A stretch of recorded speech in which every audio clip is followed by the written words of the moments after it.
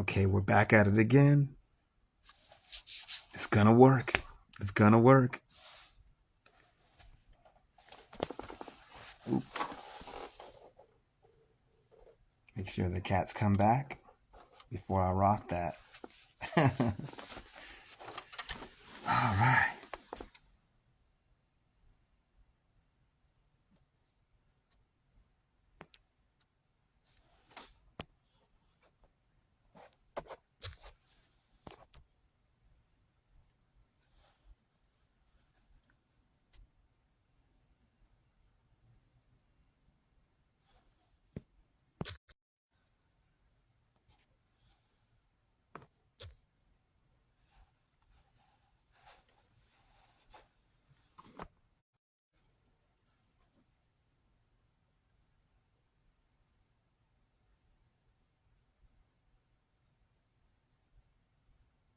All right, let's try this.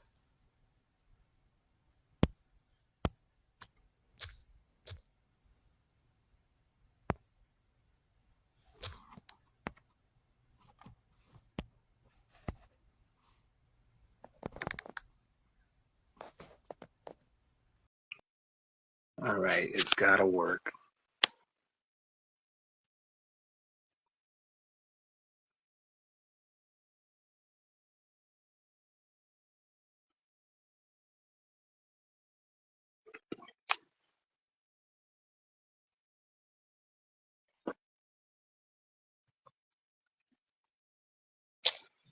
Okay, I sent the request.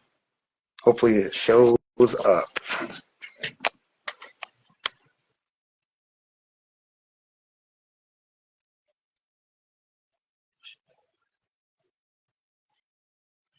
The icons, um, they're at the bottom of the screen, kind of like where it says add comment. At least where I'm at, it says add comment. There's like a camera with a plus sign, um, uh, like kind of two icon thing.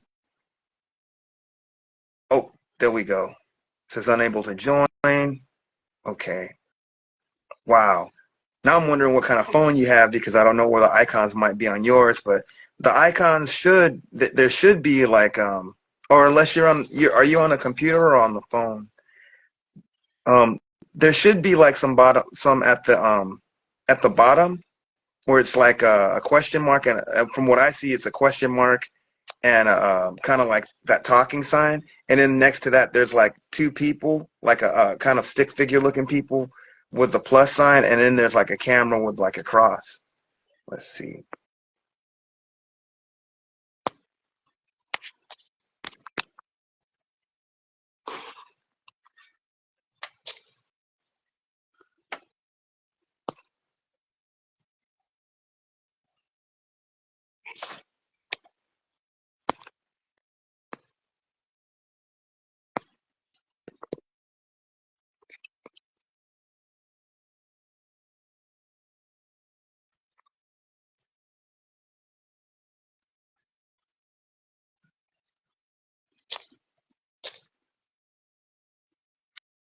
Oh, that might be something, but it should work even if you're on your laptop.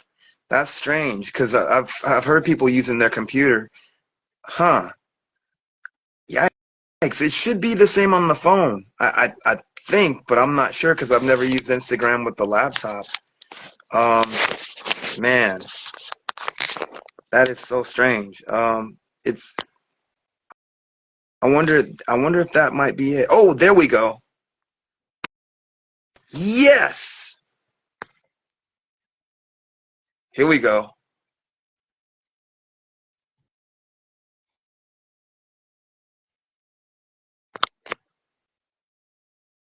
Come on, Instagram. Don't do this to me.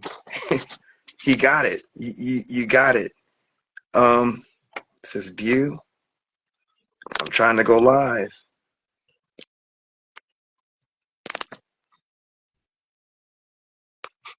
Accept. Yes.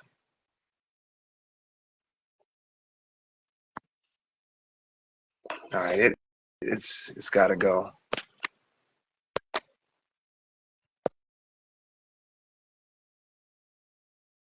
Show up now.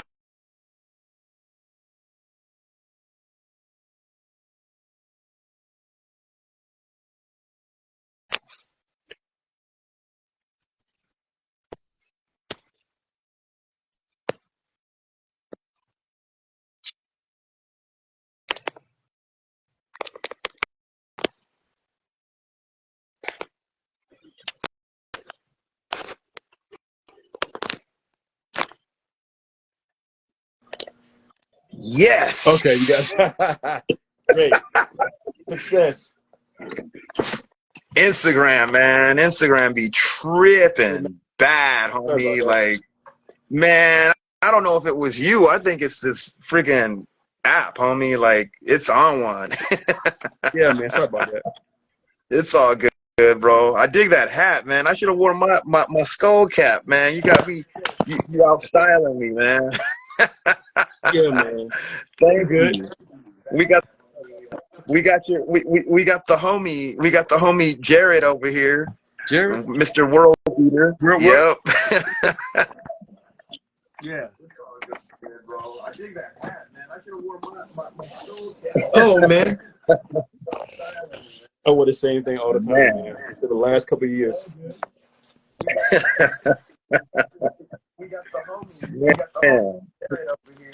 I'm looking Okay. like the punk rock Raj on what's happening right now. Yeah. That's all right. Man. Yeah. But let me fix this right. Hold on. All right. What's up, Jared, man? That was a cool combo we were having earlier between me, you, Amazon, and Norman Armistice. That's crazy. We're going to get Jared on here one of these days. Man. Okay, here we go. Word. Man. So here. Thank you, man. Thank you for your patience. I know this app could be a pain in the freaking Mars, That's all man. right. Like it's something else. Mind if I introduce you? Yeah, go ahead, man. Danny is one of the Wonder Twin powers of the band, the Veldt. These guys have like freaking played shows with Jesus and Mary Chain, freaking like Lush, Cocteau Twins, who they also collaborated with, Throwing Muses, freaking like, dude, like, man, like, A lot. man. World Eater. What's up, World Eater? What's up, man? Hassan. Oh yeah, Jared Hassan, World Yeah. Eater.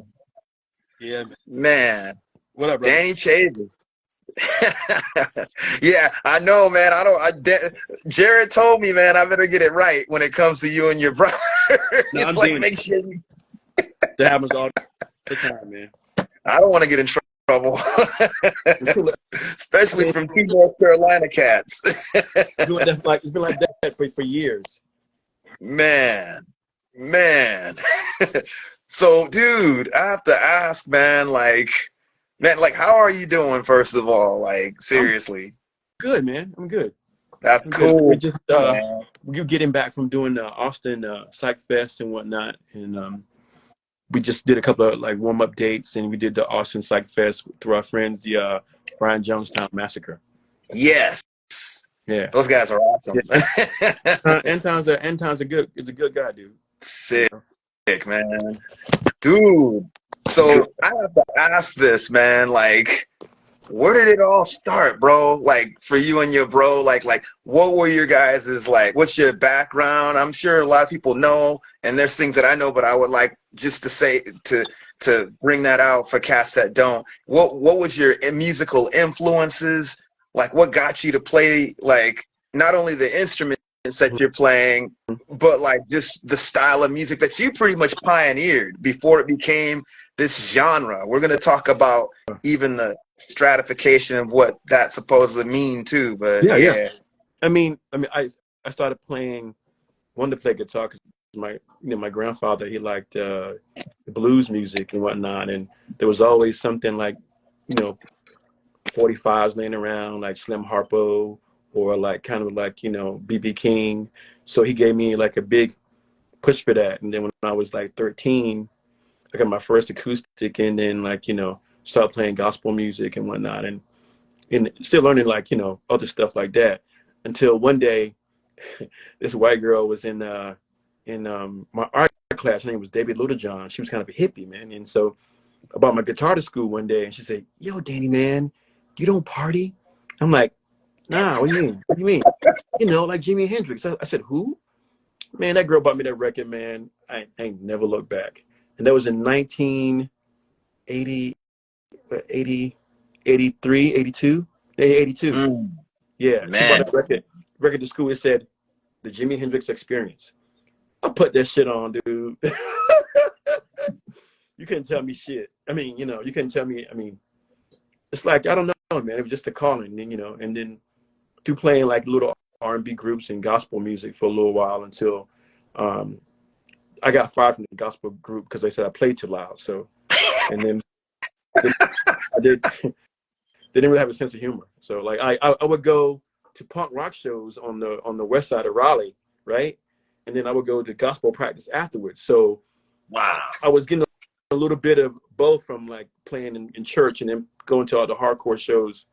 Because one of our first shows as well, it was not as a Veldt, but as another band, was at a hardcore show with a band called Corrosion of Conformity, and they were like Yes, really kind I love that band, especially the early stuff.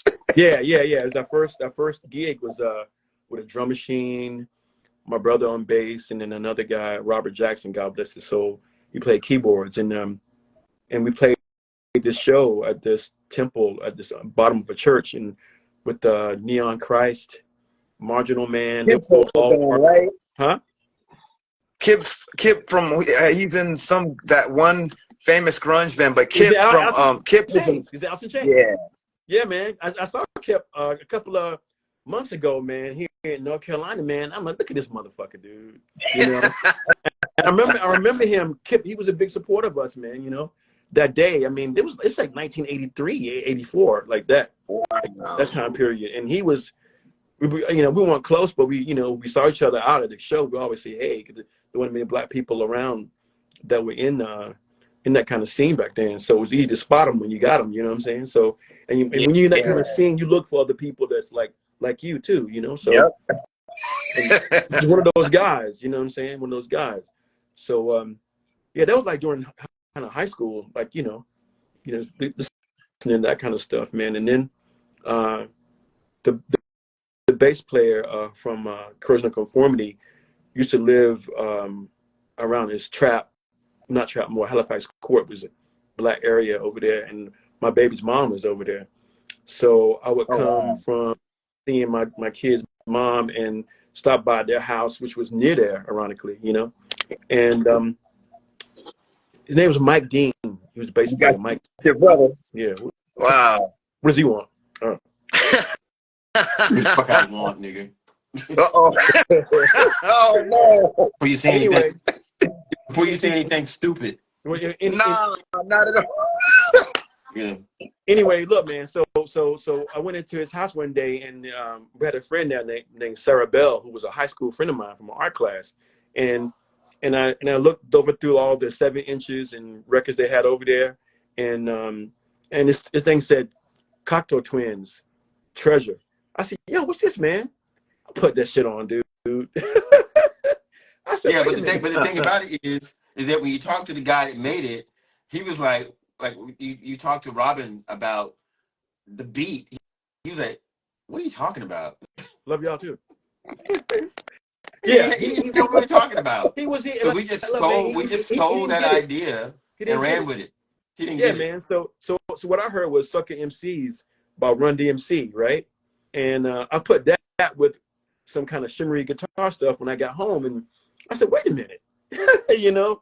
But from that day on, I never changed my direction in music ever, really. Yeah. You know, never changed it. There was no, because I believe the music was timeless.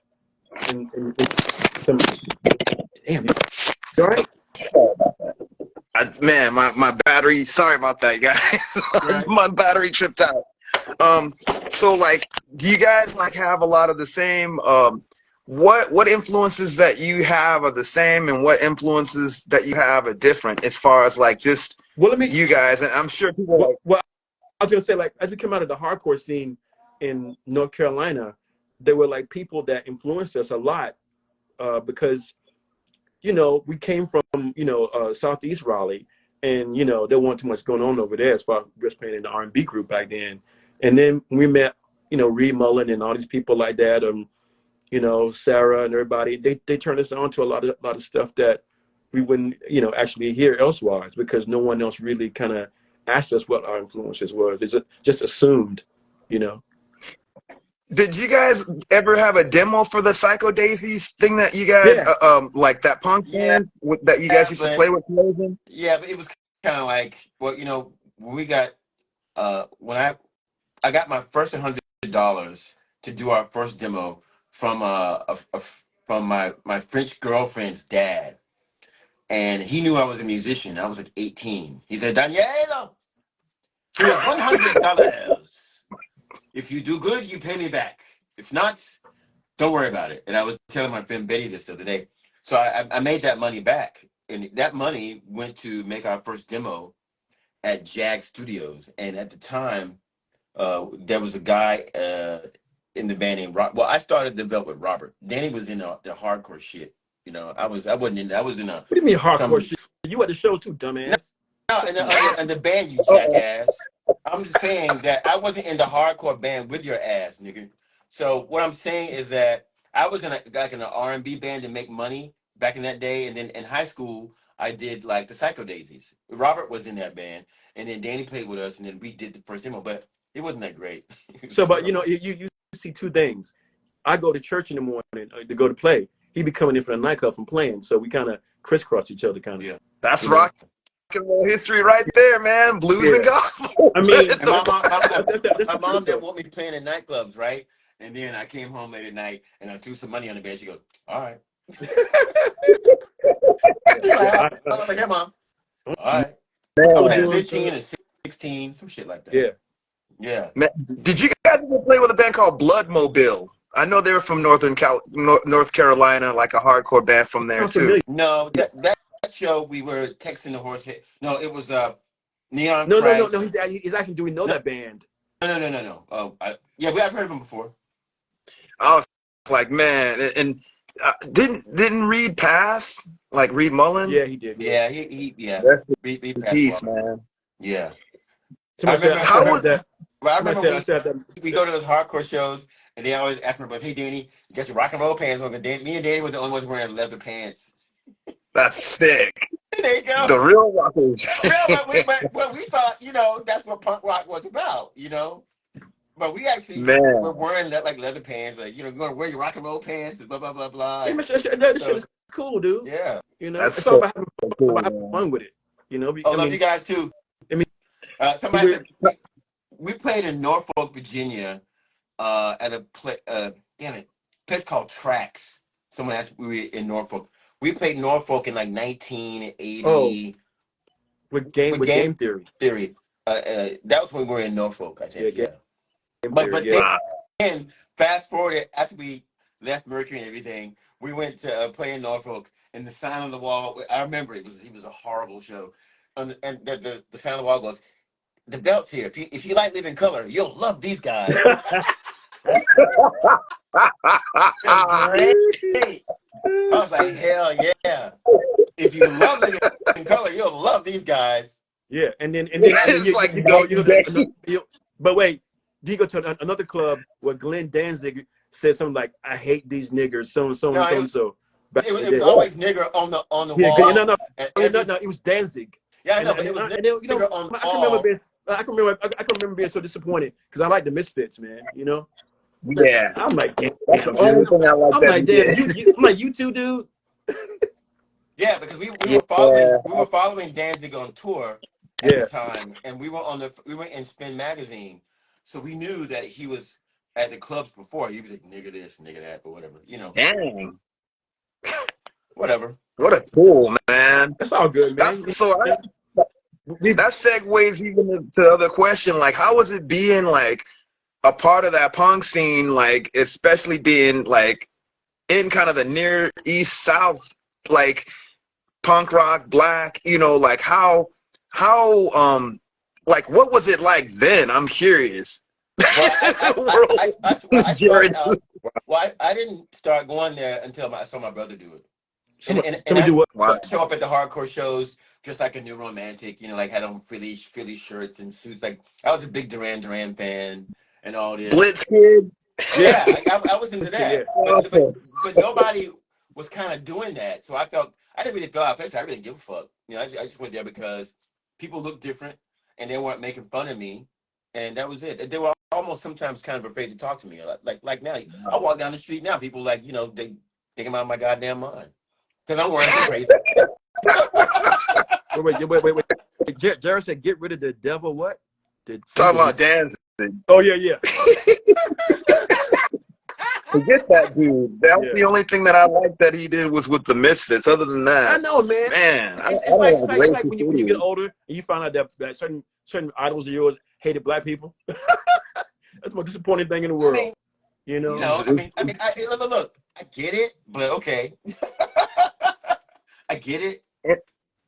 That's just crazy, man. It's just like, dude, you play black music. I always look at rock and roll as They black all music, no do. matter who plays. They all do. You know? You heard what Lou Reed said. Lou Reed said he want to sound like a black dude. Yeah. You know. Whoa. That must have been the highest compliment ever when Al Green said that, and I liked it so much because when Lou Reed said he wanted to sound like a black man, the crowd laughed at him. It's the interview. He was serious though. He was He was serious. serious.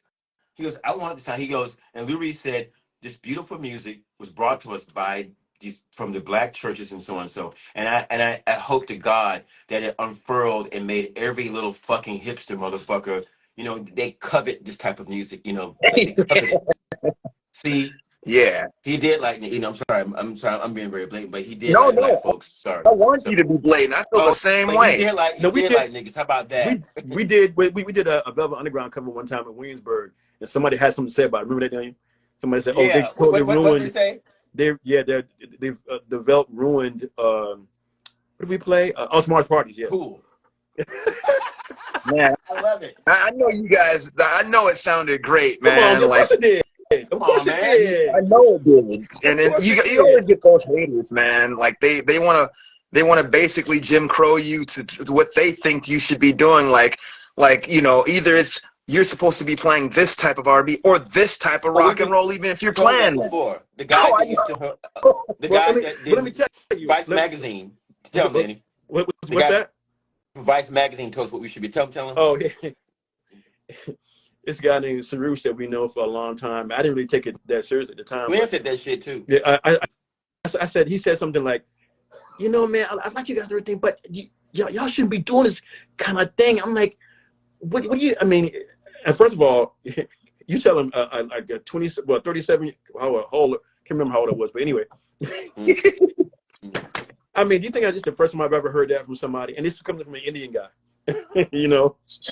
telling me what, and this is the time when the yeahs and TV and radio were coming up in New York. We were in that scene as Apollo Heights at that time. Yeah. And we had this thing that we used to do, man. Like we've been through every decade since 1989, playing the same kind of music that we believed in. Because like I said before, when in 95, 96, when Robin and them were breaking up and Lush and them breaking up and that kind of 97, 98 time, everybody stopped.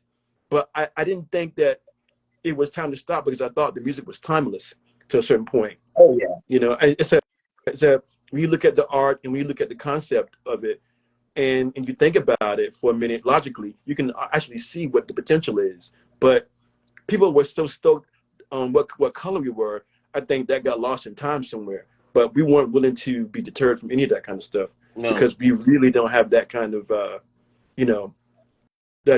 we don't give a fuck. That's why. Just say that shit. We don't give a fuck. That's why. And so that's good. At that point, people were like, I remember the little comments like, "Oh, you guys still doing that?" Oh yeah. Like, you guys still? What the fuck we supposed to do? Go get like a picket fence and a 401k? I hate that shit. No, we're not. I'm not going to. I'd rather be an old, That's right. old corrupt, curmudgeonous black motherfucker with a bunch of house full of cats. before I stop Yeah, man. my shit. I mean, I don't care. people always said that Arthur Lee was an asshole, but I Now I kind of get see it. why. I see why now, because Yeah. I was in Chapel Hill maybe seven years ago, and an old friend of ours whom I thought got our music, we had played a reunion show, and he came up to me and said, "You know what, Danny? I finally get what you guys are doing now." Reunion. And I didn't know, Wow. and I didn't know whether to be mad at him or to kiss my ass No, or whatever. I'm like, no, I you get know, it because you know, I didn't know what to because say to him. in the beginning, you know, we were kind of different.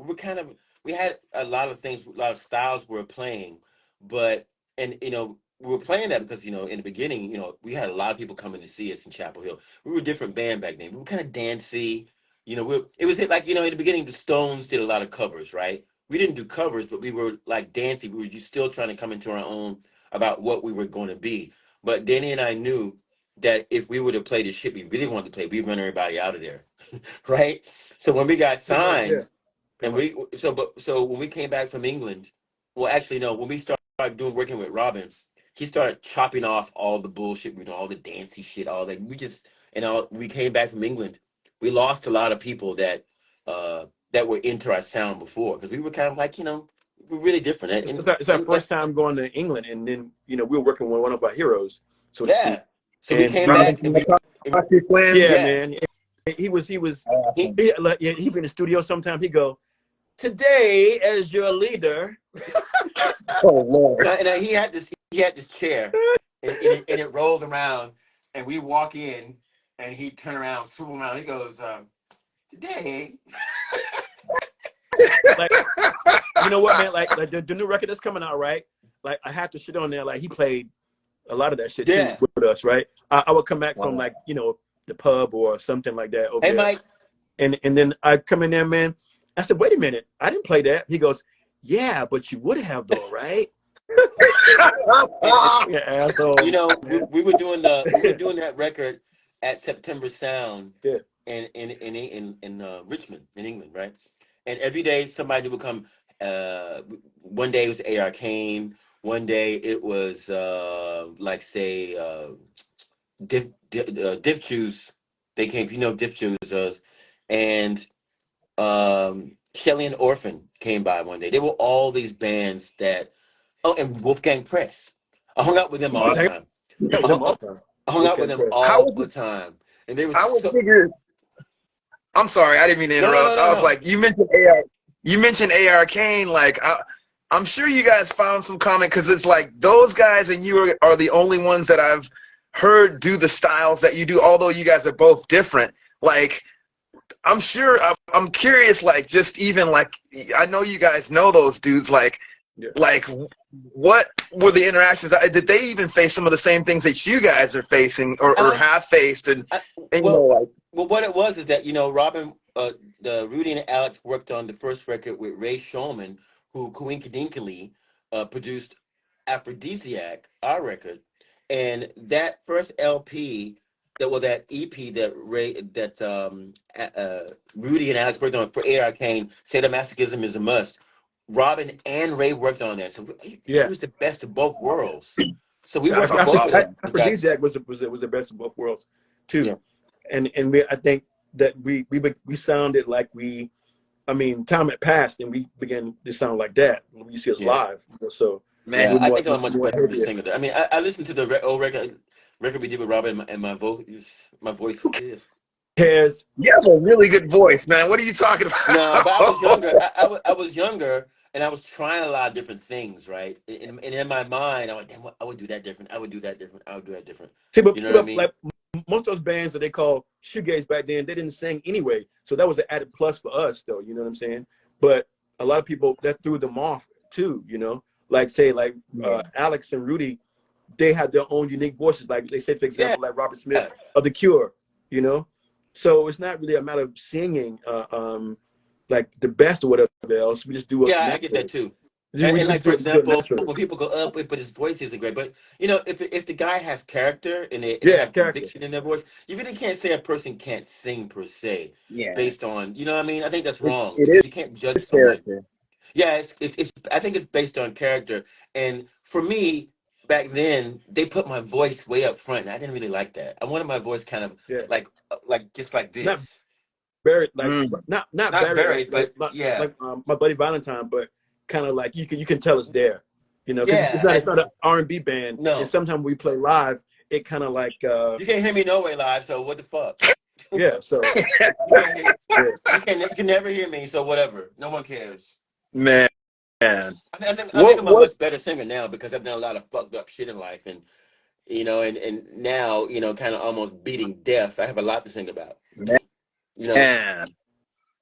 Speaking of that, like, just it seems, I'll be honest, and maybe I'm jumping too much ahead, but I'm gonna just ask it anyway.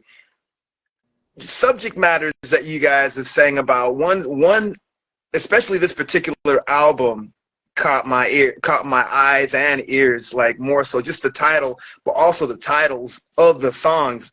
The entropy is the main line to God. That was Danny A shit. lot of those songs, a lot of that stuff really stuck out. Slave Ship Serenade, Requiem to Emmett Till, and Electric Revolution and Soul Power.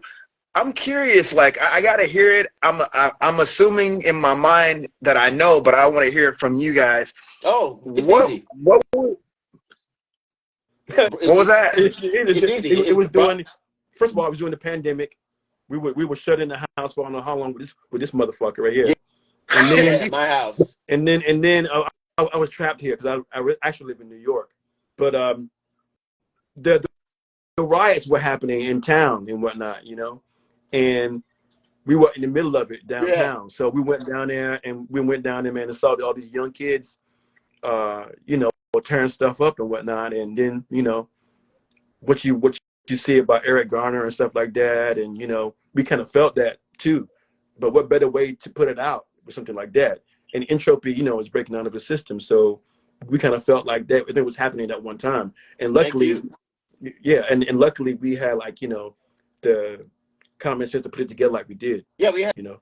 a lot. That's We really had a lot to write about. You know, black people getting killed every day by the cops. Oh yeah. You know, social upheaval. We wanted the '60s. Now we got it, Yeah.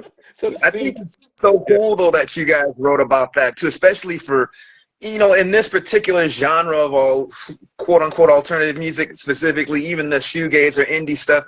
You don't hear stuff like that. You don't really hear what our struggles have represented. You know, like, of course, you know, it's us that, I mean, you wouldn't expect it from any other group.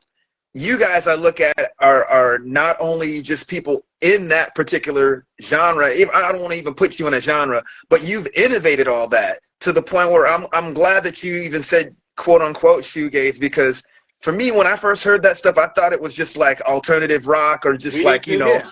post, Yeah, basically, I mean, they call it Yeah, shoegaze, man, but Danny it's more said, of a quiet storm. It's more of a quiet storm for us, though. You know what I'm yeah, saying? So we kind of it was 2023 yeah. when Danny said, "Hey, we're a shoegaze band." I went, "What?" He goes, "Yeah, look." And I went, "Okay."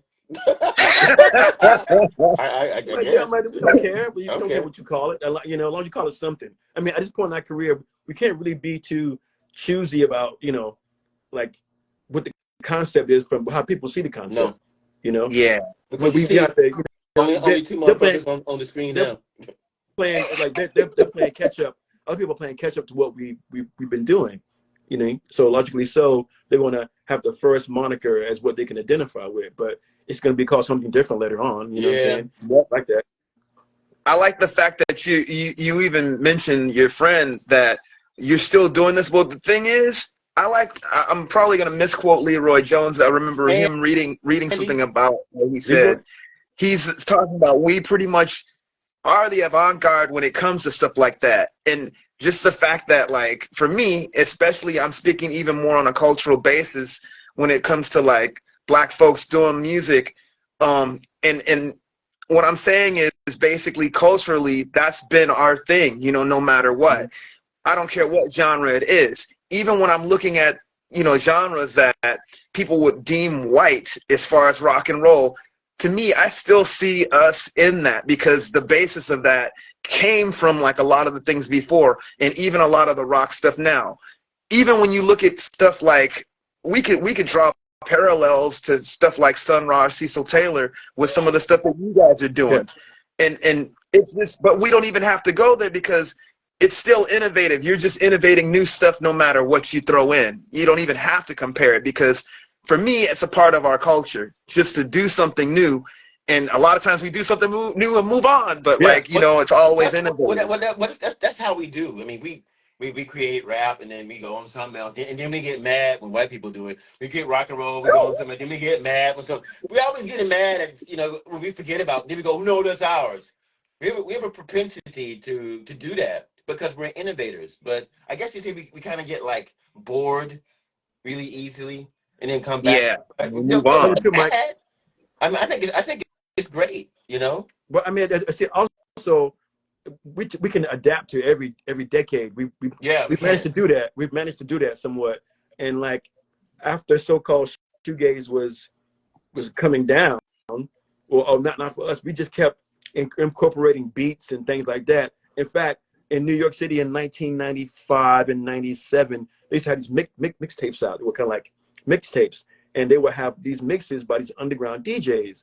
So my friend was in a band, was in a band called New Kingdom, named Jason Furlow, and Hmm. he would play all the down south. He would play all the down south, hip hop and stuff like that, man. Yeah, Trap, yeah, it's coming up. It's coming up, right? So Jason would call, yo, man, check this out. So I began to put that together right around the same time. Massive Attack and Portishead was coming yeah, out. So we once Wow. again adapted ourselves to the atmosphere in which we, got our stuff from, and the influences were still coming from black stuff. You know what I'm saying? yeah. Like But hip see, if hop you is listen to like, stuff like Aphrodisiac or the other Marigolds, we were kind of stealing the idea from Public Enemy when they had the interludes in between yeah, the songs. Oh We would yeah. have little interludes, right? So we created like loops that had guitar on it, but it was only a precursor of what we're gonna do, which became Apollo Heights, basically. I Those was gonna interludes became ask. songs. yeah. Those I was gonna interludes ask became songs. what would be the difference that you would say is between Apollo Heights versus Nothing, like the Veldt? nothing. Nothing. Yeah. Just another name. Just a Except stupid that name. it was an all black group at one point in time. So Yeah. with Honey Child Honey Child Coleman, Coleman, Monk Washington, the Shouts to Michael Honey Child. Gall, Micah uh Gar, Marvin Levy, yeah, we had Wow. and then yeah, Hayato was in it for a little bit. But he got deported. yeah. Oh But man. then and when my brother said, something, we had a legacy. We need to bring that shit back. So we did it. And then No, Man.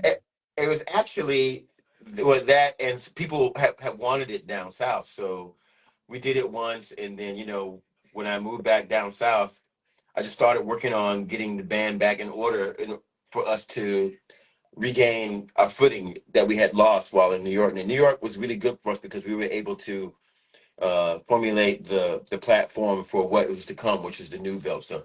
And Danny and I, the bad thing about us is we have so much material that we haven't put out yet because we are always catching up. Like this album coming out that Robin did.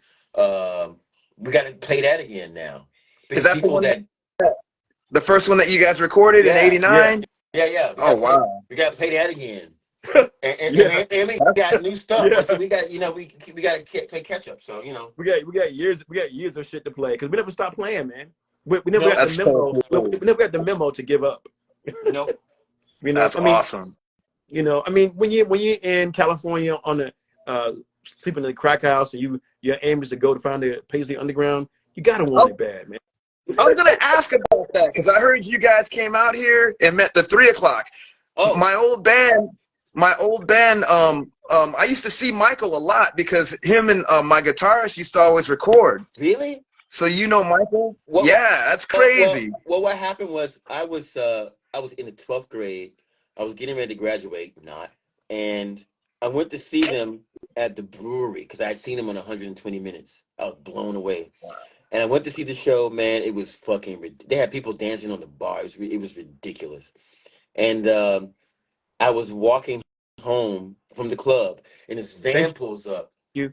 because and I was because I was telling them how people were picking at me in school, calling me Prince and this and that, and Michael Jackson, and there's no way for another kind of genre to get through just because of the way I couldn't do it. So they pulled over to the side of the road. They remember talking to me in the dressing room, And he goes, "Hey man, you need a ride home?" I went, "Yeah."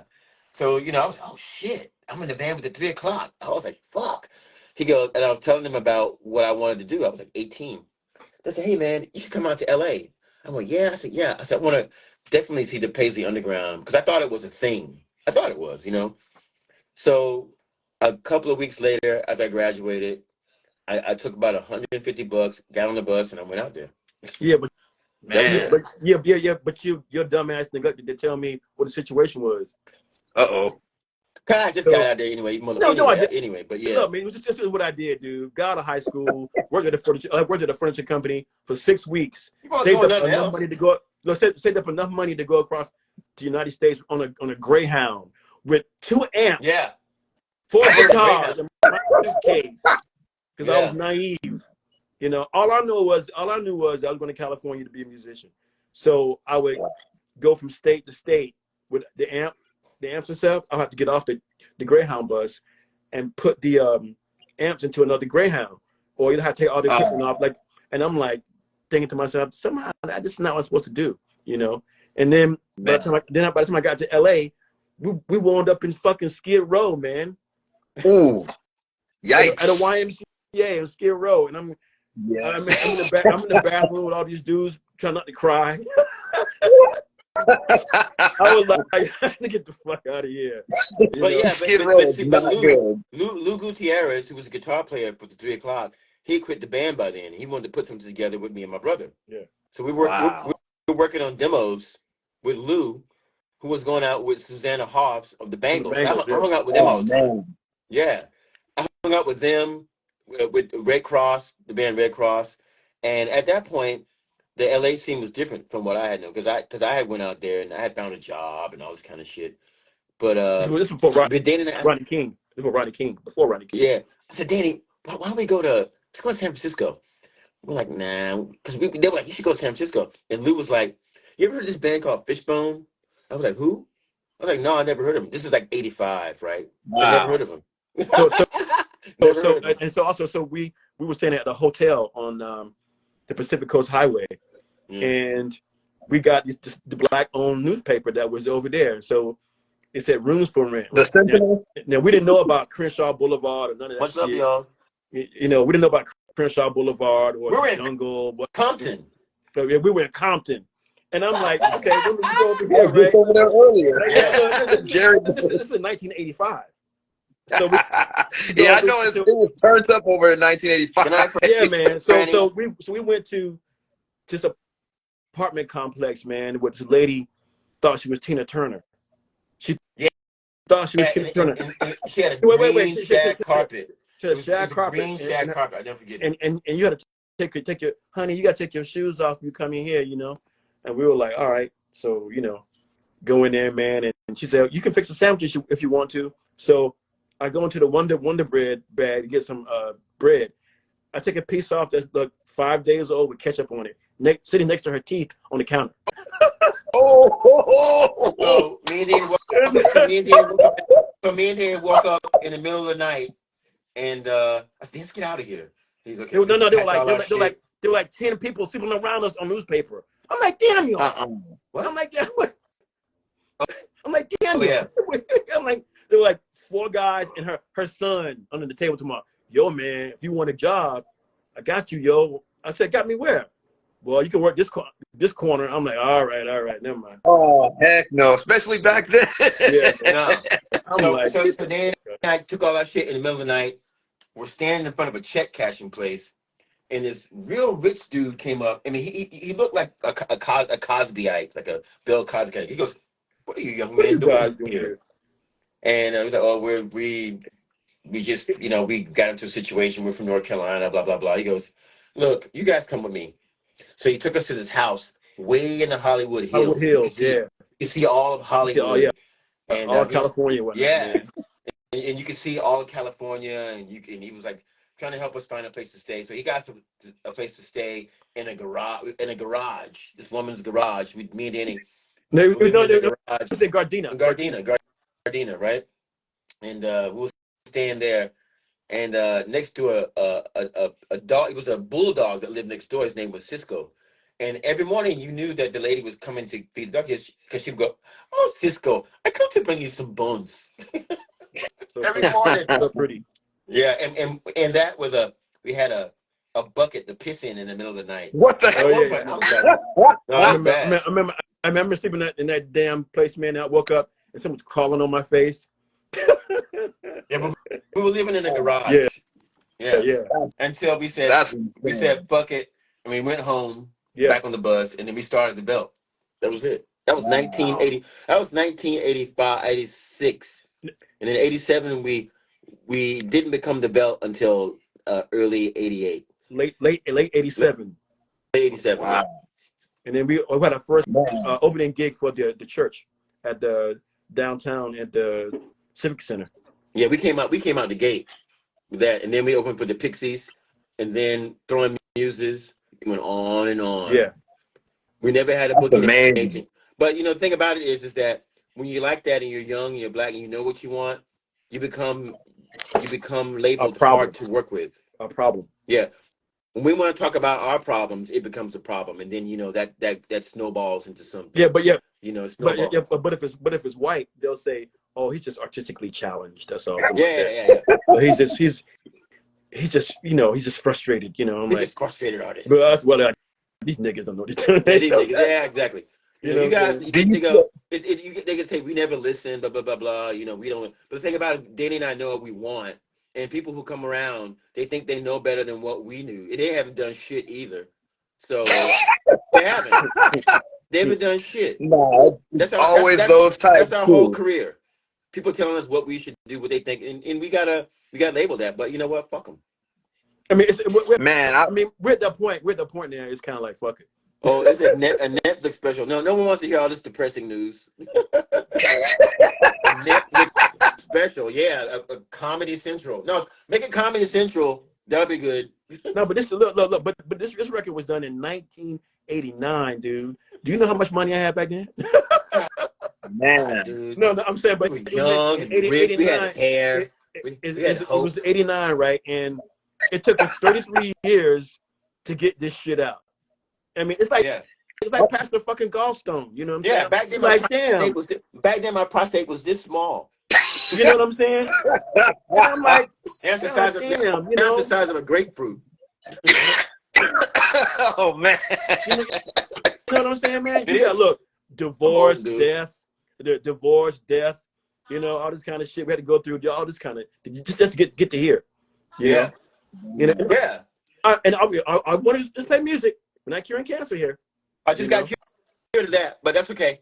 Ooh, that's so cool, man. That's amazing. You damn right. Yeah, but it was I just it was close. You damn right. We got shit to do. Yeah, Nigga better be all right. better be all right. I'm not fucking Shit to around. do. No. Look, let me tell you something. Let me be honest with you. Gary, He you better be told all me. right. Let me be honest with you. Yeah. I went to the doctor and he was looking at my kidney and he said, at first we were laughing and joking. I said, "Yo, what kind of bands do you like?" He was like, "Oh, I like this kind of band." So and so. Yes, oh yeah, Daniel, it's been that way for so long, but don't worry about it. So I did the MRI. He called me back. He goes, Daniel, it's located in one space right now. I think you're good, but you really I said, I don't even want to know what it is. Take it. I said, I don't want to hear it. Just take Oh it. wow. I didn't give Wait. Is that my poncho you got on? no, motherfucker. So anyway, Oh, so shit. yeah, I got it out just in time. Yeah. Yeah. Jared told me how you got it. Wow. Man. So here's the question. So one thing we did too is that one of our mentors was Greg Tate, and Greg Tate was in Rest in peace. yeah, rest in peace, Yeah, man. Burnt Sugar Orchestra. And when I came up with the concept of Le Bizarre Noir or like Noir Bizarre, I was talking to Vernon Reed about it. I said, "Yo, Vernon, I got this idea, man. I want to have the first Black Psychedelic Festival." He goes, "What? You need to call nigga Greg Tate." I said, "Greg," I said, "I'm gonna call him." I said, "Yo, Greg." He goes, "What?" you know, me and Dana always call him say something You're stupid, full of right? shit. Because we're full of shit. I said, "Yo, Greg, I got this idea for for a psychedelic Black festival that would be devoid of gender, devoid of all this shit, devoid of anything that it could be marketed to the masses on some bullshit. Let's Thanks, just Betty. do it completely psychedelic and have this concept where we'll travel with it. So Greg was like, yeah, let's do that shit. So this was right in the middle of the pandemic. And we did the first one with Greg and them. And we played our last show with Greg in New York with Burnt Sugar. It was a club show Wow. because I don't remember, and I know Greg and them all the time, but the club show we did with Greg was That was great. great, And the man. next day, uh, we were walking, 'cause, you know, me and Danny, we always mad about some shit, walking around the village. And I see the phone ring. I said, Danny, who's that? I went, Greg. Danny went, what do you want? I said, I don't know. Greg was like, We made Greg, no money yo, last night. man. We made no money last night, but Okay. I said, yeah, Greg, I know we made no money. He said, no, man, fuck that. Because, yo, man, we got to do this again. I went, huh? I yeah, said, he said, yeah, man, let's do this again, man. And he was excited because Burnt Sugar plays to, like, you know, predominantly kind of like upper echelon crowd somewhere, like, you know, like that, you know. They got their own kind of thing. Yeah, they got their But they play a lot of universities and stuff. They're not really a club band. yeah, but see, but Wow. like we were trying to tell Greg and Jared that, you know, for people who like Sun Ra and all Yeah, this kind of, like, you know, so eat that that shit they up. would love them, man. And we thought that it would be a great idea. Man, it was beautiful, man. They loved it. That's my seeing him perform was that I got some video of that, his last thing that I Wow. saw him play on. And Greg was like, you Oh know, man. yo, man, let's do this again, man. He was that excited to call us. Yeah, and me and him, we were like, You know, man, yeah, yeah, we were like, fuck this, let's fuck it. We were all like, fuck this shit. Yeah, whatever.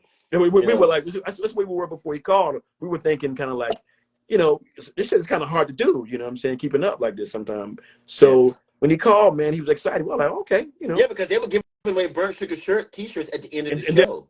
they don't give Wow. away nothing. They give away nothing. They Damn don't give that. away Man. nothing. Yeah, they give away nothing. But it was that vibe, you know. Yeah, man. But you know, It's great of a vibe, and that crowd liked him, man. And I felt the same way about Austin Sight Fest, you know. You know, Hassan and all our friends in Brooklyn and whatnot, they need to be exposed to these people, you know. Wow. I And agree. I think that, you know, people limit themselves by, you know, kind of like misjudging people by the color of their skin and whatnot. They miss out on so much good music and so Yeah. much good Yep. opportunity that by the time they get to it, we're like 79. Oh, sorry. I mean, kind of old. You know what I'm saying? You know what? But the No, thing but is, as I long mean, as we're so no, but aside from that, it's just like we were played at the Levitation. I was thinking that if Greg and them were to play there, like Danny said, it would have been like, you know, Yeah, man. some are playing with what they call Danny, the MC5. Yeah, oh wow. exactly, They will love them. man. Like it You was know, Sun Ra was up in but we're planning MC5. on doing another La Bizarre Noir or Noir Bizarre, and we definitely trying to get Burnt Sugar on that Right, bill Jared. with us because it's just going to be an exceptional bill. We're trying to get us, Big Joni, and AR Kane. Oh man, that would be Yeah, rad. That would be amazing. we like And to get another band called Whitelands. another Whitelands. Yeah, We wanted to kind of premiere like the kind of black shoegaze contingent that's here now. You know what I'm saying? Because a long time ago you couldn't get his shit away. Man. Couldn't get his shit away. I mean, And you guys, grunge was like everywhere. You couldn't give it away, dude. You know, wow. we went on tour It's with just so great. a So band called much great stuff there. Yeah, man. And look, we went on tour with the Smithereens back then, and we Man. must have played in every redneck club there is. yeah. But at that time we had Rebel Flags on our amps. So we were so look, so we had Rebel Flight. Check this out. So we had got sick of it, right? We were like, we should have been like, we were offered the Cocktail Twins tour of that year, but the record label thought we weren't prepared to do it. No, So we missed out. we were CMJ top 10 at the time in America. We were top 10 of the college music charts, and the guy from the record company goes, "Yeah, well, you're doing good here. Well, I think you should continue to," because they didn't want to pay the money to send us to Europe. Because the Wow. last day of the Cocktail Twins tour, Robin goes, "Look, I can give you the whole European tour." I went, "What?" He goes, "Yeah." I said, "Well, I got to ask the company." So when I asked them, the company said no. What's up with that, man? Huh? Me being in a redneck bar on my birthday, crying in my beer. Exactly. Oh Well, man. we could have been in Europe with the cocktails. Dude, we played in some of the places that had rebel flags, dude. One of our road manager had to cancel 2 shows because they said, "What are these niggas doing in here?" I mean, Dang. but you know what? It Look, got so bad. I was thinking the same thing. I was thinking the same thing. Check it out, man. It got so bad, right? We would do Okay. sound check. We would do sound check and leave the rebel flags on our amps. So it's a totally What? kind of redneck kind of crowd. And So yeah, right, and, so I wore Confederate outfit. yeah. So Wow. so when we walked on stage, they were like, "What the fuck?" Yeah, we went in Biloxi, Mississippi at a fair, playing outside of the fair. We had rebel flags in our fucking amp. Some guy goes, "Hey man, what y'all doing with stars and bars on y'all's amps?" I said, "Didn't you know? We fought for the South too." He goes, "Oh." And commenced to whooping his ass. And commenced to whooping That's a his ass. trip. And they bought me a beer afterwards, and we hung out. There were some people that we changed. I mean, it was really kind of rough tour, man. But there were some places where we changed a lot of people, actually. You know, so I can't say it wasn't that bad in that sense. You know what I'm saying? It's bad in the sense that they didn't have the faith to put us in Europe. You know, all due respect to Smithereens. You know, but you know, we get comments like we get comments like, "Man, y'all boys is good. Y'all remind me of that movie Cool Runnings." What the heck? Yeah. I love that. Cool Runnings. And he bought me a beer, so I couldn't be mad. What? You gonna be mad at God? Do I get a beer or do I punch him in the face? I mean, what do I do? Why did you got that dreadlock? That's silly. Cool Runnings. Yeah. Y'all remind me of that movie. Y'all boys is all right. Y'all remind me of that movie Cool Runnings because I had dreadlocks. Yeah, I remind you of the whole movie. That's great, brother. I mean, I couldn't. What am I going to do, man? He's right. He was right. And at that point, I'm like, you know what, man? Right. Yeah. God damn. Yeah, it was great. I'm sorry. I got one better for you. Okay, so we come back from Europe. We get dropped from Capitol. We go on tour Jesus and Mary Chain. Okay, 3 nights Jesus and Mary Chain. About four nights Jesus and Mary Chain. In Toronto, we come back from England. You know, leather. You know, creepers, big ass dreadlocks and shit. Jazz Masters and Jaguars. Sick. I turn around to fix my amp. Someone goes, "Living Color," and I went, "Suck my black dick." The crowd went, yeah. That was the thing to go to when they couldn't figure out anything else to say. Yeah. I said, on the Cocktail Twins tour. That's exactly what I said. And they commenced to whooping their ass. Yeah, how about that? And the Cocktail Twins too. They said, "Living Color," and they says, "Yes, we are a black band too." Yeah, exactly. No, that's just silly. Like that was in Fort Lauderdale. One of the road crew was like, yeah. So someone we went to Fort Lauderdale with the Cocktail Twins. That's the night that Liz's voice gave out, right? Yeah.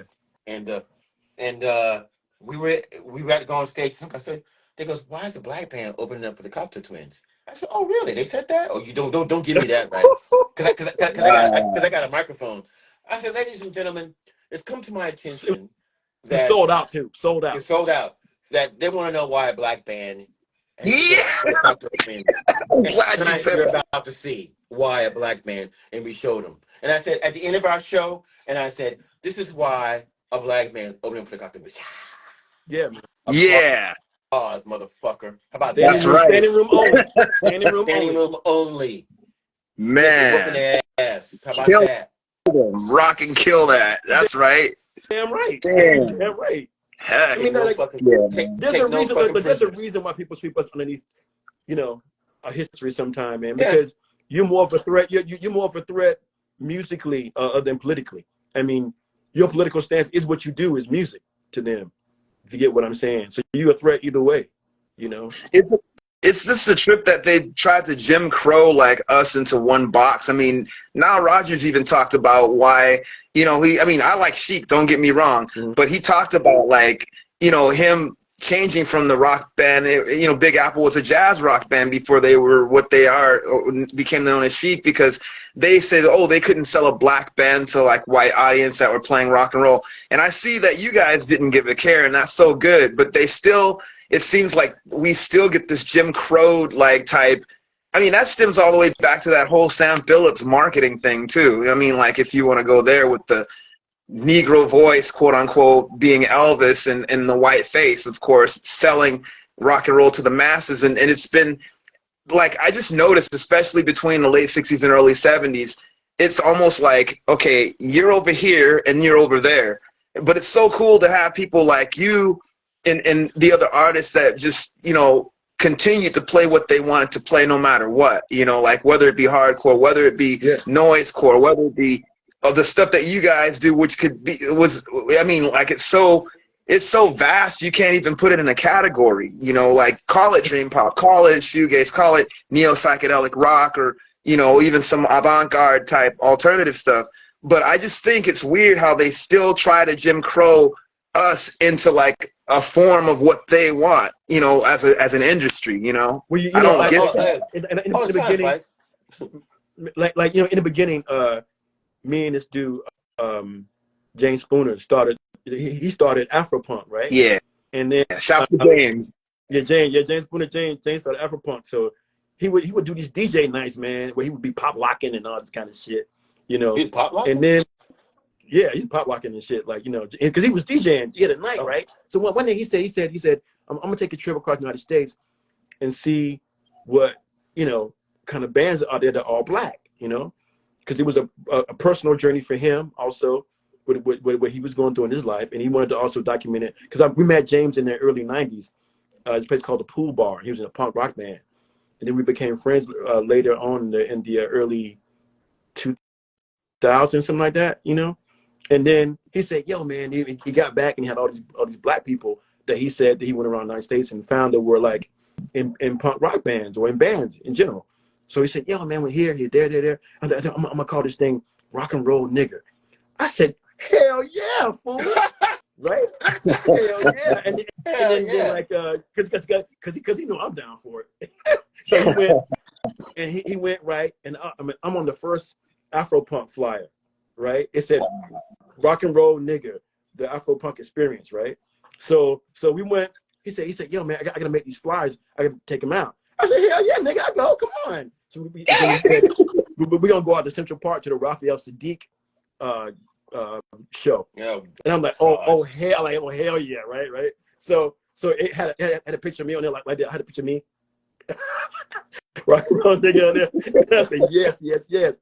And then he got there and he got cold feet. He was like, "Man, I don't know about this, man." I said, "Man, you better give me these goddamn flies, right?" You're like, so me and my friend Freedom and him started handing them out, right? And all of a sudden, Raphael Sadiq comes on, is all this white. Oh, I gotta show that, right? And we kept handing them out. Everybody that was there looking at us like we mad crazy and shit. They're like, "Rock and roll nigga, what you niggas talking about, right?" Yeah. I said, "Yo, man, this shit's working. And he said, I don't know, man.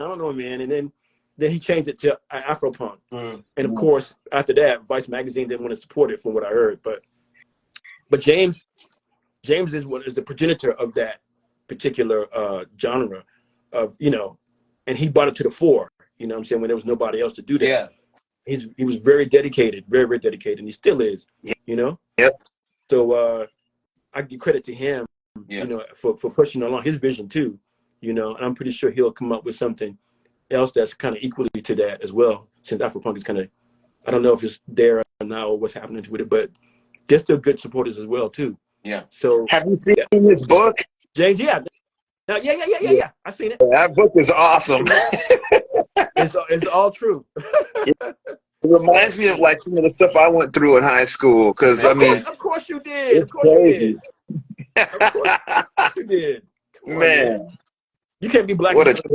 You can't be black and have an imagination. No. It's a trip, man. You can't. I think me and Brian Tate shut that rock and roll down. Oh, man. What did he say? He said, I think me and Brian Tate shut that rock and roll nigga shit down at the Brownie show but Oh yeah. that's a Yeah. story. Uh-oh. I think Brian was in a band called the Shrine for the Black Madonna. They were great. They still here like that. Oh, They they're still still playing playing. again. Yes, they are, dummy. That's what I said, jackass. Yeah. Man, what a trip, man. There's something I was gonna ask y'all about. Man, so like, man, it's kicking me in the head. What are you guys working on these days? I mean, like, just like you said, you mentioned that you were working on some new stuff. Well, yeah. I mean, we keep making new stuff, but we gotta work on the old stuff. Learn the old stuff a long time ago. God, We got like, I don't we got know, so much shit in here. two records worth of new stuff.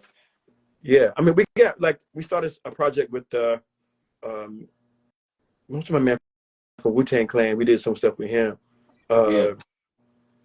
for a while. Me and Micah God plays saxophone with us sometimes too, and he has his own Yeah, project. Micah has a band called, what's it called? The Micah God Trio. Yeah, Does Micah God the Trio, band and then have a we got name? the Micah God Trio, Yeah. and then He plays with Burnt Sugar and them sometime too. So and we have our own label now called 5BC. then Mark, but also A rip Martin Newman. off of 4AD Martin before they Newman. became whack, I was gonna ask about the 4AD thing. Yeah, Yeah. Is it, We wanted to give it the essence of what 4AD used to be, you know. wow. Oh, they do have one good band. Is it called Laundromat, Danny? What are they called? something like that. Laundromat or something like that. Yeah, Laundromat, or is it some great band they got? They got a couple, but 4AD isn't what it used to be. But that being said, we just do instead of talking shit about it, you just make your own shit. So we have our own label called 5BC, and That's tight. Mike is going to be on it. We have another band called Ice Blink. Ice Blink with Marty Marr and his band, and we're doing a split single with the band called the Stray Owls. Mm, I got to get back, because after I take care of all this health shit, I can get back to work. But we have all that in the works right now. wow. That's so cool, And man. then another Just, festival. oh man, say that Well, again. This thing is cutting we out. have this thing, doing the stuff with this band Ice Blink. Martin, one of our guitar players, is his band, and then of course Micah Goff stuff, and then we're gonna be doing another festival, and then Wow. with a band called the Stray Owls. They're friends of ours from North Carolina. It's funny, speaking of psychedelic rock, and I don't know if my friend would want her stuff to be called that, but Ghetto Songbird kind of has stuff that kind of is along that lines, like some of the stuff that she does like live. If you ever heard of her, she actually does the Culture Rock Griot page on here, but she has her own band, and it kind of delves into kind of a psychedelic thing too, if you guys ever need any, I mean, I would suggest her too. She's really cool, I checked it out. Yeah, Yeah, definitely. Man. definitely. And also, there's another band. There's the Mother Wit Orchestra. You probably know Boston Fielder. Oh, Yeah, you know him. yeah, Yeah, I haven't seen him in a while, but Yeah. I played with them once. Yeah. yeah, man. I don't know none of Damon, that fool. Wait, is Yeah, man. man, still playing? Long time. he still that's so playing? cool. I haven't seen him. It's like he kind of, like last time I talked to him was like a few years ago on the phone, but it's been a long time. I need to check on him. I think I tried to hit him up online. I don't know what he's up to. It's like he kind of disappeared. Check out another group called Grievous Angels as well, like Robert Cuff. Who's He's that? like totally, it's kind of along the lines of that. There's a lot of brothers kind of rocking out like that these days. It'd be great. Well, I mean, we always have It'd be it. great to make it out to the West Coast. Yeah. Hey, I thought you guys were coming No, out here. We are. I mean, a festival out there like that. Oh, heck yeah. Yeah, that'd be No, we are. mad cool. Yeah, we are. Well, I don't have the dates in front of me. It's going to start. This tour starts the 27th out to the West Coast. We're just playing Man. on KEXP. The Oh, okay. KEX. Yeah, the KEXP December performance is 14th. December 14th. Yeah. Oh, man. Yeah. That's going to be awesome.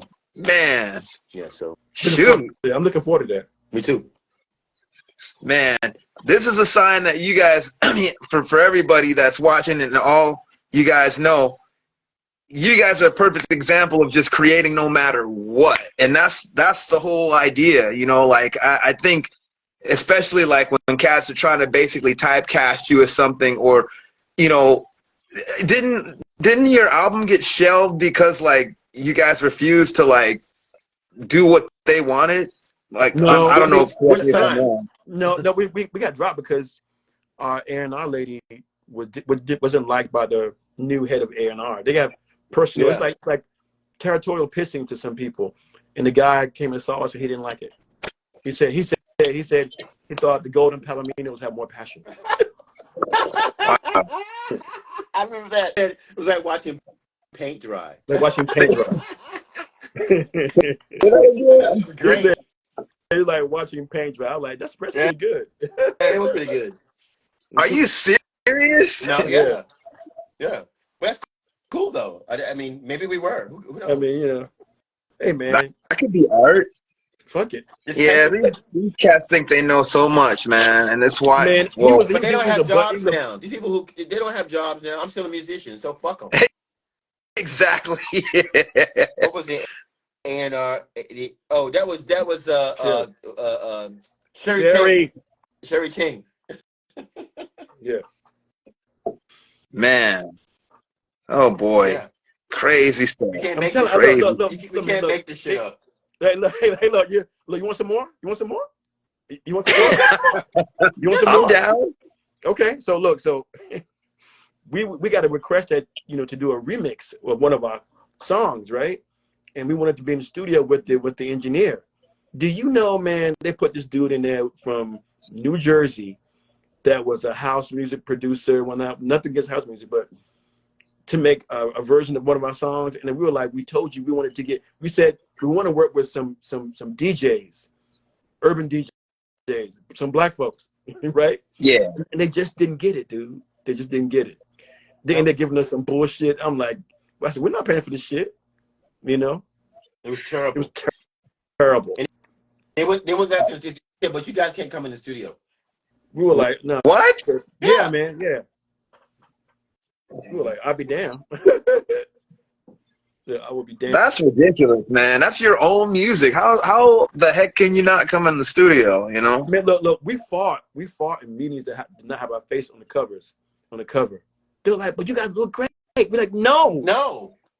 You don't seem to fucking understand. We don't want our no, man. That was a hard one too. That was a hard one. They wanted our pictures over all over the fucking record. We were like, no. We don't no, because they see we black, it'll never sell. No. They don't understand. They don't understand that the thing behind that, man. No. You know, and in our genre of music anyway. No.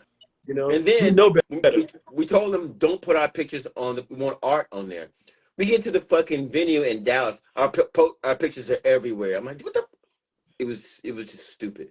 They don't. Plus, man, not only that, it's like we have a concept. And anytime a nigga has a concept in front of some people that think you dumb, then you automatically hard to work with. You know what I'm saying? So I mean, it's like past the gallstone. You know, we were like, so what I had to do. Hey, look. So what I had to do, I went out and actually did a motherfucking book report. I had to cut out pictures and shit of this band. I felt like I was in the fucking 12th grade again for the second time, And I'm like, Jesus Christ. You don't get what I'm saying? I'm like, what the fuck? I'm like and this didn't get the concept of working with a DJ, didn't get none of that. None of it. And we were like, what the fuck? And like this is in part of 80, 89 and part of 94. Yeah. Until the Genius and Mary Chain did a remix for us. They came through for us when they remember who the fuck. When they remember who the fuck we were. Yeah. You know what I'm saying? Wow. So they did a remix, what's called the Drugstore Mix. It was. And I think we did that tour, Sidewalking tour. We did that tour with them. Yeah. And we played our first time and was in Canada, and that was the rest of how it went. We went down really well. Yeah. Wow. Well, that remix. What a trip. Yeah, that remix was something that we were trying to get them to understand. That's what and it was CMJ top 20 for weeks. Yeah. Well, according to Rolling Stone. Yeah. According to Rolling Stone, you know, we didn't know how to articulate ourselves very well in that genre, so to speak. Man, Rolling Stones can seriously kick rocks, man. Like they said, of course they did. I'm not surprised. Oh boy, But yeah, they but think that we can't articulate but the anything. BRC did a great they did a Red great Black. article. Did you see Yeah, that? but they did a great article in there. Yeah, you know what? Actually, Oh, you I know, heard that they responded to They did, that. they did. yeah. But the thing about it is they responded to it, but then they put Snoop Dogg and some other rap girl on the cover, and I'm like, Wait, how wait, is wait, this a wait. What happened now? What response? happened? What What happened? like the Black Rock Coalition response was in the magazine, but then I saw the cover. I'm like, how come it's not addressing what just happened about rock music? I don't. I mean, I'm not taking it from Snoop and them, but I'm like, No, I understand. once again, they missed the mark. You know what I'm saying? That's my It's point. it's that reminds me of a journalist, and I'm not gonna mention his name. I actually really respect him. I've always dug his stuff, but he kind of started talking about Rolling Stones should be covering hip hop and stuff, and I'm like, dude, that's not that's not what we're addressing right here, bro. And I'm a Yeah. hip hop head myself. I'm an old school popper and b-boy, but it's like, dude, it's again. We're not trying to be typecasted anything. This has been our music. I don't care what anyone says. We have a right to play any style of rock and roll that we want to. It doesn't matter. You know, this is one of the reasons I did this page, because I feel people like us need to like be known. You know, like people like yourselves, or people like Arthur Lee, people like, you know, man, there's so many. I got a lot. I mean, and Yeah. I'm gonna get to your guys' entries too. But there's so many, and they're so unsung right now too. Especially, you know, like between like the late '60s to like even like now. You know, like I just really emphasize that. I do this stuff before too, but I just feel like people don't want to even like. There's a reason that guy felt comfortable saying that stuff. He Yeah. felt comfortable saying it because, you know, cats like him have colonized it, and they want to pretend like they know everything about it, but it doesn't even come from like anything that they represent root wise, you know. So it's just like, yeah. The, Sorry, mag- I'm like, the magazine is called Rolling Stone. exactly. Yeah. It's called, for And, you Muddy and, guys waters, and, say, and the thing homie. about it whose is, idea was that? Whose idea was that? I gotta be honest. You know, like a long time ago, I really give a lot of credit to the BRC, and one of the things about it is that BRC uh, continued to be and is still Vernon functioning at the and moment them. through all of the bullshit of Afropunk, and they Yep. came up. They still are relevant to this point. They really looked out for us in the beginning, Vernon, Mm. and I Yeah, gotta have to be honest. Greg brought us into that for with Vernon Yeah, and them back in the day. Vernon Reed, because like, we were open up for Living Color a couple of times on the East Coast. After that, with Fishbone and them, we opened up for, and Joseph and them, right? I mean, I'm sorry, HR, right? HR. We Yeah. opened up for HR a couple of times, yeah. and At least, all those brothers, man, they're all, we were all on the same level, so to speak, at some point in time, and we all had the same common struggle. We knew, but it was kind of unspoken, yeah. because the audience, Talk about it. because the audience, we didn't talk about it. Like, yo, man, so and so, like it's hard for niggas out here. So they never spoke about it. You know what No, I'm saying? no, Although they did things consciously to let people know that without saying it. You know what I'm saying? yeah. Yeah. It was never a group collective Like like the it BRC wasn't, or something like yeah, that. yeah, it wasn't like that. It was a, and then what made it so hard was when we discussed how hard it was for us all to get props, so to speak. Not because of the color thing, but because in everything in general, the business. Well, it's a color thing, but I'm saying everything in general, It is. the same common bond, Yeah, you know. And then what was so sad would be when I see younger black cats coming up to us saying like, "Yo, man, we want to open up for you, man." So and so and so. I'm like, damn, I would, man, but I can hardly get a damn show my damn self. You know what I'm saying? It's kind of Wow. that really made me feel bad, man, because I knew how it was without saying yeah, it to them. yeah. You know what I'm saying? It's kind of like I don't want to let these guys down. I'm saying, nigga, I can't get a shit, can't get none myself. And that was most of the times the bands that we had played with said the same thing to us too, in so many ways. Yeah. You know. So you kind of like damn if you do, damn if you don't, kind of Yeah. way. Well, so here we are at the possible forefront of whatever it is going on, and bands like Big Joni, Whitelands, and A.R. Kane are kind of like the first uh, in a long time of bands that are new to what they call the shoegaze era. I mean, I don't know if you call Big Joni a shoegaze band, but Big Joni, they have a lot. They're really diverse band. The sounds that they have. I watched one of the live shows. They're amazing band. Whitelands. They got great melodies, and they're English. And I used to always Mm. look to England for my influences. But now it's good to see that there are people, who are my contemporaries that you can look to that like that. Actually, I think that's a good thing. Yeah, I always say that you guys were amongst those cats too. You know, like people want to pretend like, oh, like you guys are just other, and those guys were, no, they were there. They were pioneering the same thing, but in their own way. And I'm sure it was just experiments. You know, it wasn't like you're trying to be like anybody else. You know, like Like who? that's the thing. Like who? Yeah. I know, like you guys are yourself. You know, Yeah, but you like know what? People We always always ask try to me, come out trying to sound like our influences, but in doing so, we always come up with something different. It but doesn't but sound you like yeah, see, people always ask me, are we influenced by my buddy Valentine? And I no. would say nope, no to a certain extent because he came out at the same time I did. So I exactly. wasn't consciously Yep. trying to do anything like that at all. You know what I'm saying? So I'm just basically doing what came by instinct. You know what I'm saying? You know, and the R&B stuff to it. You Yeah, know, that's all we did was put the R&B chords to and turn it up. some, and turn it up, basically. You know. That's Yeah, what rock and roll is, though. Like I always tell, like me and my brother would talk about this too.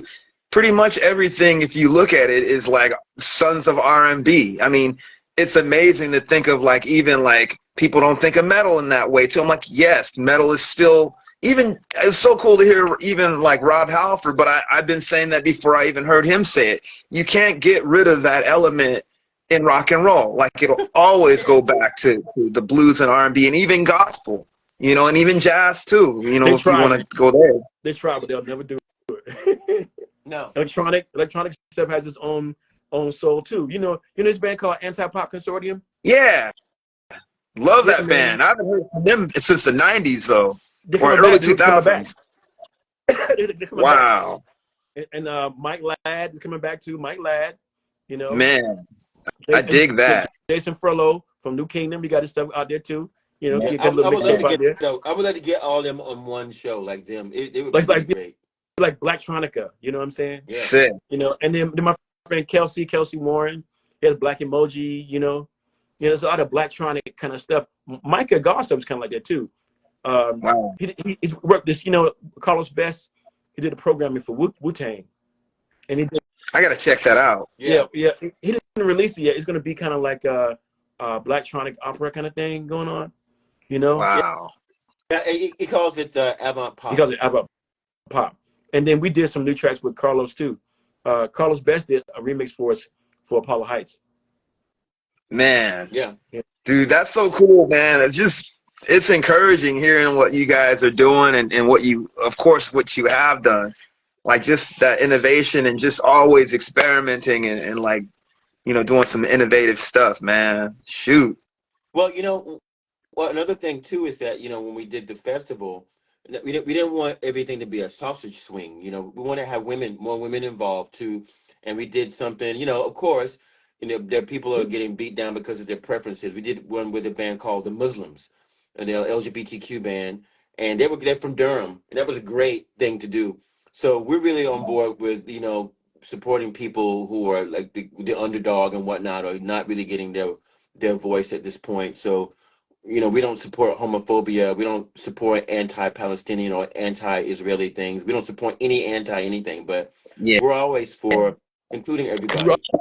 always the That's anti our. anyway because we've always been the anti anyway. We've always been anti. What does I that mean, mean? like naturally to other people Yeah. without even How we trying. look being like that? It's stupid. That's the thing. The That's the thing about it. antithesis. When you're deemed as a threat by people who don't even know you, that's when you know you're doing good things. I love Because it. Yep. they're never going to learn, man. They're never going to learn. So rather than like run from it, we just dive on into it, man. Yeah, And dive like on in. Yeah. dive on in. Yeah. And another thing is how we really got into this thing. Okay, with levitation, I gotta be honest with you. if it wasn't for the Brian Jonestown massacre, we would have never been able to get a lot of people in Texas or in Europe or uh, Levitation. Anton, well, in the beginning, it was Rob. Rob plays with a band called the Warlocks now, but Rob was in Hmm. Brian Jonestown at that point, and Robert Bartholomew, the keyboard player, he got us on the opening party of. They had a label called the. Was it to Keep Music Evil? Was it Uh, Andy the uh, I can't remember. the movement to keep music evil? Yeah, We something like played the that. debut show, and then Anton would help us get on for like about 4 or 5 Brian Jonestown shows Oh back in hell yeah, dude. 2016. Yeah, and then Anton, we Wow. after that you yeah, talk about a like a white Arthur Lee. This dude, Yeah, I dig the stuff that I've heard by him. I dig the Brian the Brian Jonestown Massacre. Jonestown massacre, dude. Yeah, the committee to keep me. Thank you, Mike.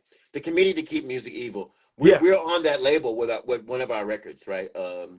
And they put it out for us, and then they had just invited us along, and then when we did the recent Levitation reached out to me. They were like, "Would you guys?" I'm like, "Yeah," because it was Wow. they said you're gonna be between the Brian Jonestown massacre, the And the Black Black Angels, Angels, and the Dandy the Dandy Warhol. Warhols. So Sick. That was they like a dream come true to us, man. We man, putting our contemporaries like that, people yeah, that remembered who we were, so to speak. You know what I'm saying? So it was a great event. It was a great vibe. It was nothing but psychedelic though, and new shit. But it was like kind of a great vibe there, man. And Anton put us on, yeah, and we're really grateful for that, man. We debuted ourselves in for like for the U.S. because it was packed in there, man. It's packed in That's there. yeah. Anton's good people. The thing about it is, a lot of people want Anton to be like he was on Dig. They want him to do that, and but the guy is more than just being, Fucked up. what you think of him being an asshole on the movie. I mean, he's a musician. He's got good stuff. Just looking at that part of him isn't so interesting. I mean, there's more to offer than what you see on Dig. Believe me. man. The guy says you guys got such a great spot at the Leviathan Festival this year. A So Levitation. proud of you. Yeah. Levitation, my bad. I'm like, I got glasses on and I'm Damn. Yo, thank you, man. Yeah, it was a good spot. It was a good spot, Man, man. it was a great spot, man. It was a You know, great spot, man. And it sounded fucking fantastic because we have this guy named JD of JD Power and Associates, and he's our sound guy, man. He'd be hooking it up yeah, because we tend to use a lot of tracks or beats with some of the sound, and if you don't have the right concept for like what a DJ does, then you won't understand our sound. You know what I'm saying? So in other words, man. you have to have the sense of being like a DJ when you do our sound, because we want to give that full kind of spectrum of sound when you go to yeah, a club, or we have all the guitars on the wave, or it's on a wave kind of, because we tend to use like a lot of delay and reverb, and some of them are not that in line. So when you don't have them in line, they create this kind of like a feedback note. You have one melody, you have the feedback note in the back, so it's kind of like you're kind of grifting, kind of. yeah. That Wow. makes sense to you, or am I just talking because I'm No, high? I hear you on that. I use pedals myself, but I'm sure you got a gang more pedals than I do. Oh yeah, Man, I just started out with 2 of them. man. I had a Boss delay and a Boss I think it was a Boss digital delay. You know, I had that, and then Robin Guthrie gave me a unit that I don't have anymore. I wish I still had. And he had a lot of his programs in that unit I used to use. Now I just Man. play. I have a Boss pedal delay board and that I bought for some guy off Craigslist in a parking lot. and, but my guitar is one of 4 guitars, or at any given time we can have 4 or 5 guitars. Why, I don't know, but the thing What about it you is mean why? You know why, stupid. well, anyway, That's called replication. Like anyway, we have it because sometimes we might add guitar to the tape just so we can get a sound we consider a part of the music. You know what I'm saying? Sometimes, but it's good to have, you know, the people in the back to fill up the sound, kind of, you know what I'm saying? I mean, we don't necessarily need it all the time, but it feels good to have like that big wall of sound. Yeah, I mean, I just kind of drone a lot of them. I'm not really a great guitar player. I leave all that bullshit to him because I really don't be paying no attention. I try to sing over all that shit. I mean, really, I I try to sing over all that shit, and what I do is I'm just kind of droning. You know what I mean? Just to keep in tune. Actually, because I can't sometimes if I can't hear because there's 5 fucking guitars, I gotta like stay in tune. You go back and listen to the live tape. I'm like, God damn, I'm all off key and shit. But you know, whatever. Hey man, it's the vibe, Whatever. man. It's so fun. Yeah. Just fun. Like, man, I have to ask. So, guitar wise, I want to assume you guys dig like Page and Beck because of the name of your first band. But who are your favorite guitar players? Ooh, I got a lot of them, man. Robert Smith. Um, let me see. Robert Smith, Robin Guthrie, of course. That dude from the birthday party. Rolling Ernie. Rolling F. Smith. Yeah, Rolling Roland F. Smith. Smith. Yeah. Ernie Isley. Oh heck yeah, Eddie Hazel. Uh, yeah, Jimmy Hazel. Jimmy Hazel. Rick Skater. Vernon. Vernon Reed. You're Vernon and them. Yeah, Vernon and them. I like Anton from the Fishy Brian them. Jonestown because Yeah. he's simple. He has a good style, kind of like Neil Young, kind of. I like Neil sick. Young, yeah. Yeah, And I of thought course about Arthur that Lee. actually. Of course I thought Arthur about Lee. that. Yeah. But Anton got a Arthur new Lee. rig, right? He came. He played in Chapel Hill, and in between the songs, he was telling us how great his rig was, and the crowd's like waiting for him to play. He's like, "Yeah, man, I can do this to it," and so on, so on. So I'm like, "Dude, shouldn't you be playing?" But Yeah, he's got a pretty odd setup. That's awesome, man. Yeah. Do you guys like John McGeoch? Who? what? Oh, McGee John McGeoch? from the Oh yeah, Yeah, yeah, yeah, of course. from Clock DVA. Yeah. TVA From the magazine Banshees. season. Yeah, from the Banshees. Yep, Yeah. yep. McGill was a big PIL. influence. Yeah, he's a big influence on me, man. McGill. He kind of started that sound the same time Robin did. You know. Yep. Yeah, I That tell kind you. of lightly dissonant, like that Secondhand Daylight album from Magazine is one of my favorite, and I love what he did on that album. You could hear him do some of the same things on the Susie albums too that he plays on. Yeah, that's an Yeah, innovative. That's an innovative motherfucker, dude. Man, You know. yeah. I remember the day I picked up Hyena. I was in like the 10th grade. I picked up Hyena, I picked up OMD, and I picked up the Jams compilation Snap Wow. from all in one day, brand new. I'll never forget it. I finished working. I went straight to the register about all it, and I just remember the smell of it and looking at the cover and how they looked, you know, and how cool they were, and I just can't get that anymore. Man, Somebody said no mention of Johnny Eccles. Oh yeah, we love Johnny Eccles too. Yeah, Johnny well, Eccles is awesome. yeah, Yeah, yeah. Johnny Eccles was talking about he used to have a closet full of the kind of guitars he played because but they never stayed in tune. Wow. Yeah. they want CC DeVille. CC Oh Bill. Lord, Hell yeah, CC DeVille. Yeah. Hell yeah, it's like don't be nothing but a good time. yeah, I man. don't listen Yeah. to. Yeah. But Johnny Eccles is still playing with Love Revisited at the moment. Yeah, Hell yeah. yeah. My friend Mike Randall plays in that band. I've never seen him live, but he always, he was telling me, yeah, man, like they've been. He's in that group Baby Lemonade, and even Yeah. before Arthur passed, like they would be playing with him. And it's cool that they're still doing it though, Yeah. like just Love is so underrated. Those guys too, man, like just the stuff that those cats put out, like with the, even with the classic lineup, of course, like just and the stuff after I dig too, but the classic lineup, Yeah. those first 3 albums, Yeah. Yeah, man. man. I wouldn't give it I saw him. anything. I saw Arthur in 19. No, 93. no, I'm sorry. Was it? Yeah, 93. Was it 93? We saw him at the Cat Club, man. There's a band called Das Damen that was backing him up. Man, Wow. Arthur came out there with, I mean, swag before swag. I'm like, this motherfucker came out, man, like he came out pimping, man, with a wheel on and whatnot. And then like, man, he's right in the middle of the song, and his dentures kind of fell. I'm like, yes, yes. Wow. And Yeah, look, he was he tall. was He was tall. really tall. He was Yeah. tall, man. He was doing like he just came. He had to be in like in his early 60s, No, man. he was in his 50s. Oh, yeah, okay. He had to be because he was like it was just yesterday he came out there. I was like, hell yeah. And we gave him. Actually, I first saw Arthur Lee when we were at CB's Gallery in New York in 1993, and me and Dave Burrs, who was our bass player at the time, were sitting on the railing, just looking at women and this type of thing, and all of a sudden, this man walks to the door. I said, Dave, that's Arthur Lee. He goes, oh shit, it is. I said, Mr. Lee, I said, listen, okay, wait.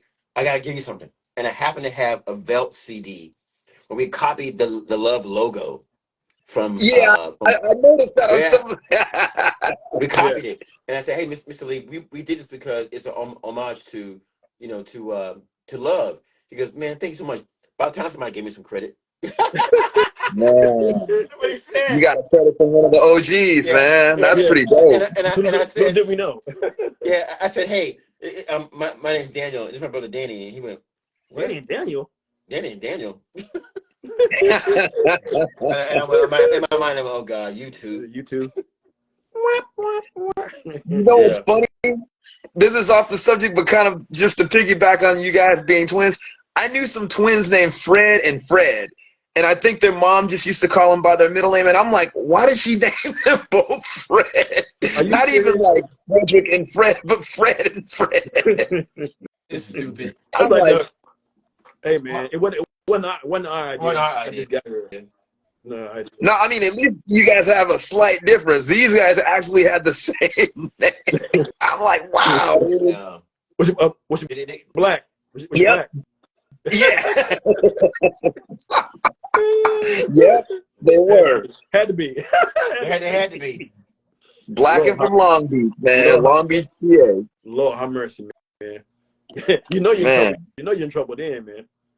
Yeah, that's my city. You know, I'm from the LBC too. Yeah, You know you're in trouble. The You know you're in trouble. Like my uncles actually knew Snoop, man. Like Yeah. seriously.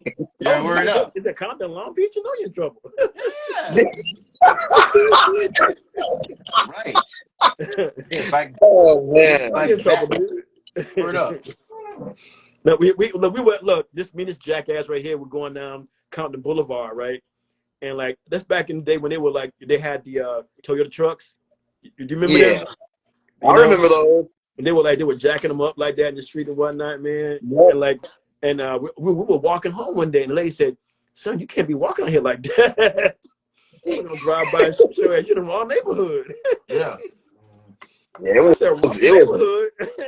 it was on site back then, man. Like Compton, Long Beach, South Central, Watts. Like it was pretty crazy. Nah, we caught that. We caught that. We caught that. That was like 85. Man. Caught that. We caught it No, in the you're in worst trouble. kind of way. All right, Damn. I gotta go because I gotta get back over there to this motherfucker. So Man, thank you. And dude, before y'all both roll, any words of wisdom, like any advice? So far, I've been hearing a lot of cool stuff from y'all, but just like anything specifically y'all want to either emphasize or just fuck like tell. fuck everybody. Don't listen to anybody. Don't listen to nobody. Go tell me kiss your ass. Don't listen to nobody. Yeah, do what you want to do. Don't listen to anybody at all. Tell them to kiss your black ass. And Because if you don't, man, we try all up, man. We try being nice and all this kind of stuff like that a long time ago. You know, like being considerate and trying to be, give people the benefit of the doubt. No. Get bent. Get fucking bent. How about that? Yeah. So. And you have it, the legendary Veldt. Thank you guys for seriously putting some time aside to rock with me on Black History of Rock and Roll, man. Yeah, I really appreciate it. Right on, brother. And we got our month. This is the Black History of Rock and Roll month officially, so it's cool to celebrate with y'all. Like I really appreciate check this out. it. Watch come February. You won't hear nothing about us. That's messed up. Ain't it though? All right, What? Bro. Later. Later. All right, Peace. buddy. God Peace. bless you guys. All right, buddy. Thanks. Bye.